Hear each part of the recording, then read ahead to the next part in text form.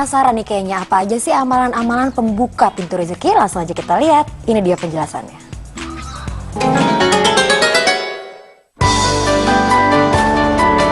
Apa sajakah amalan-amalan pembuka pintu rezeki?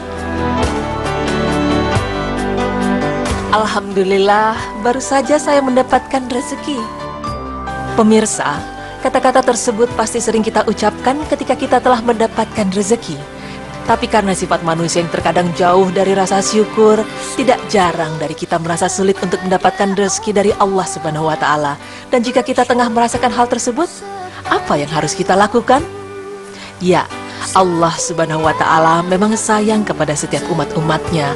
Jika ada sebagian umatnya yang belum merasakan datangnya rezeki, maka Allah memberikan beberapa amalan-amalan yang dapat kita lakukan untuk dapat membuka pintu rezeki. Apa sajakah amalan-amalan tersebut? Berikut ulasannya.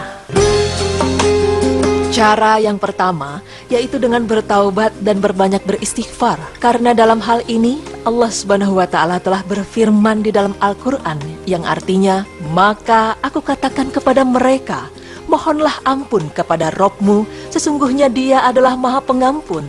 Niscaya Dia akan mengirimkan hujan yang lebat dan membanyakkan harta dan anak-anakmu, dan mengadakan untukmu kebun-kebun dan mengadakan pula di dalamnya untukmu sungai-sungai. Quran Surat Nuh ayat 10 hingga 12. Maksud dari ayat tersebut adalah, jika kita sebagai umat muslim bertaubat kepada Allah, meminta ampun kepadanya, tetap taat pada perintah-perintahnya, maka atas kehendak Allah terbukalah pintu rezeki untuk kita. Allah Subhanahu wa Ta'ala berfirman yang artinya, barang siapa bertakwa kepada Allah, niscaya Dia akan mengadakan jalan keluar baginya dan memberinya rezeki dari arah yang tidak disangka-sangka. Quran Surah At-Tolak ayat 2 hingga 3. Ya, cara kedua yaitu dengan iman dan takwa. Seperti yang sudah kita ketahui, Allah Subhanahu wa Ta'ala sangat menyukai orang-orang yang beriman lagi bertakwa, di mana takwa itu berarti menjaga jiwa dari perbuatan yang membuatnya berdosa, meninggalkan apa yang dilarang dan menjadi sempurna dengan meninggalkan sebagian yang dihalalkan tapi tidak bermanfaat. Lalu amalan selanjutnya yaitu kita harus rajin bersyukur dan juga bertawakal kepada Allah Subhanahu wa Ta'ala. Pemirsa beriman, rasa syukur kita yang besar atas apa yang telah Allah berikan, maka sesungguhnya Allah akan menambah nikmat kepada kita.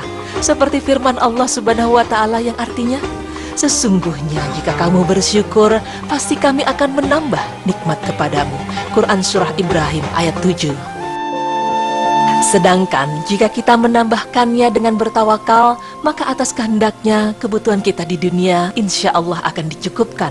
Tapi tidak hanya dengan bertawakal, dalam hal ini usaha juga berpengaruh atas keberhasilan kita untuk mendapatkan rezeki. Amalan yang keempat ini yaitu menikah. Ada banyak orang yang beranggapan kalau menikah bagaimana dengan rezeki yang akan kita terima? Dan nikahkanlah orang-orang yang sendirian di antara kamu dan orang-orang yang layak menikah dari hamba-hamba sayamu yang laki-laki dan perempuan.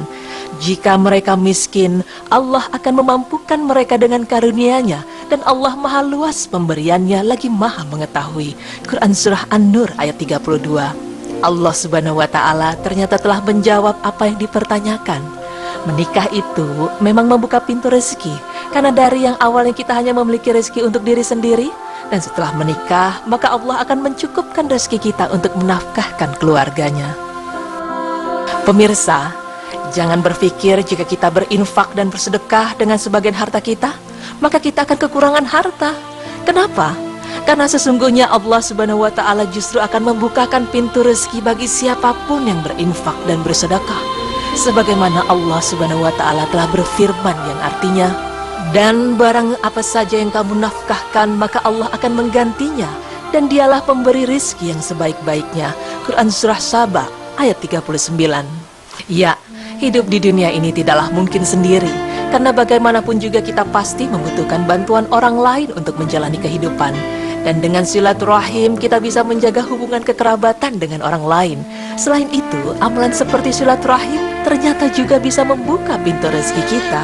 Rasulullah SAW bersabda, barang siapa ingin dipanjangkan umurnya, dilapangkan rezekinya, dan diselamatkan dari su'ul khatimah, hendaklah dia bertakwa kepada Allah dan bersilaturahmi. Hadis riwayat Bazar. Amalan selanjutnya yaitu dengan haji dan umrah. Pemirsa, jika kita berniat secara tulus dan ikhlas untuk menunaikan ibadah haji serta umrah, maka Allah Subhanahu wa Ta'ala akan mempermudah jalannya dan akan membuka pintu rezeki untuk kita. Lanjutkanlah haji dengan umrah atau sebaliknya, karena sesungguhnya keduanya dapat menghilangkan kemiskinan dan dosa-dosa sebagaimana api dapat menghilangkan kotoran besi. Hadis riwayat An-Nasa'i.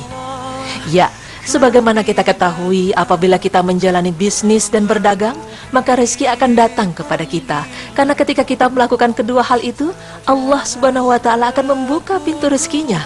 Rasulullah SAW bersabda, "Perhatikanlah olehmu sekalian perdagangan. Sesungguhnya di dunia perdagangan itu ada 9 dari 10 pintu rezeki." Hadis riwayat Ahmad. Amalan pembuka pintu rezeki yang terakhir ialah hijrah dan berprasangka baik. Allah Subhanahu wa Ta'ala berfirman yang artinya, "Barang siapa berhijrah di jalan Allah, niscaya mereka mendapati di muka bumi ini tempat hijrah yang luas dan rezeki yang banyak." Quran Surat An-Nisa ayat 100. Pemirsa setiap berita Islami masa kini, ternyata ada banyak amalan-amalan untuk membuka pintu rezeki kita. Dan ternyata tidak hanya sholat ataupun memohon doa, tapi ada banyak usaha atau amalan yang dapat kita lakukan. Banyak-banyaklah bersyukur atas nikmat yang telah Allah Subhanahu wa Ta'ala berikan, serta jangan pernah berpikir jika Allah tidak pernah membukakan pintu rezeki untuk kita. Sungguh Allah Subhanahu wa Ta'ala Maha Pemurah lagi Maha Penyayang. Melangkah hilang arah dalam kesendirian, tiada mentari bagai malam yang kelam, tiada